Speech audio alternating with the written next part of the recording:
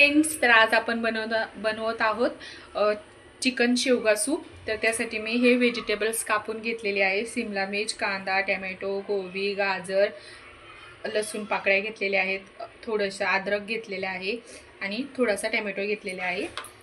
आणि हे मी शेवगा उकडून घेतलेले आहे आणि चिकन पण मी उकडून घेतलेले आहे। आता आपण हे शेवगांमधला गर काढून घेणार आहोत। आता आपण सुरुवात करून घेऊ।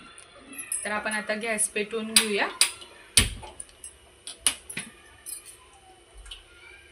त्यामध्ये आपण 2 टेबलस्पून तेल टाकून घेऊया।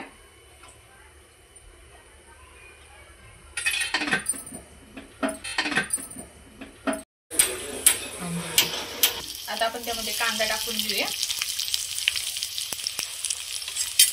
आणि हलकासा सॉफ्ट करून घेऊया। आता आपण त्यामध्ये सगळे व्हेजिटेबल टाकून घेऊया।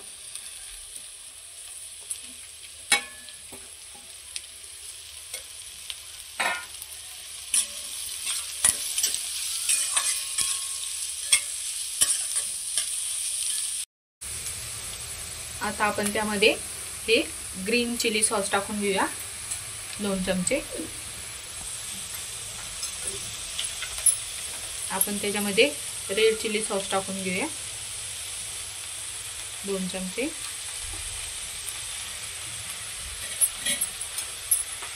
आता आपण त्याच्यामध्ये सोया सॉस टाकूया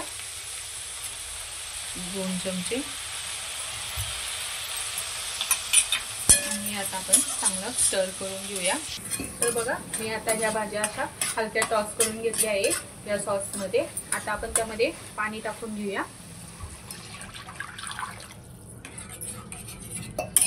म्हणजे तुम्हाला किती घट्ट वगैरे पातळ करायचे तसं तुम्ही पाणी टाकू शकता। हे मी 5-6 लोकांसाठी सूप बनवत आहे।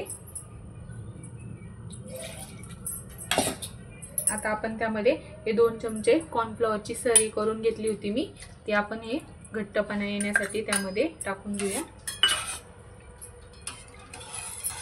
बघा, आता अशी आपल्या सूपला थोडी उकळी आली आहे। मी आता तो आपण उकडून घेतलेल्या शेवग्याचा सगळा गर या वाटीत काढून घेतला आहे। 1 वाटी गर आपण त्यामध्ये टाकून घेणार आहोत।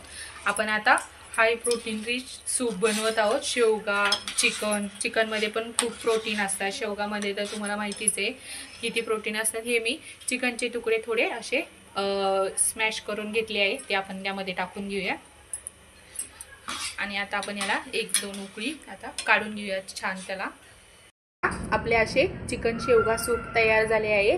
हाय प्रोटीन रिच शेवगामध्ये खूप प्रोटीन, झिंक, कॅल्शियम असते आणि चिकनमध्ये प्रोटीन असते, कॅल्शियम पण असते। तर बघा, असे आपले सूप छान तयार झालेले आहे, खूप टेस्टी असे। जर तुम्हाला माझी रेसिपी आवडली असेल तर प्लीज लाईक करा, शेअर करा अँड सबस्क्राईब करा।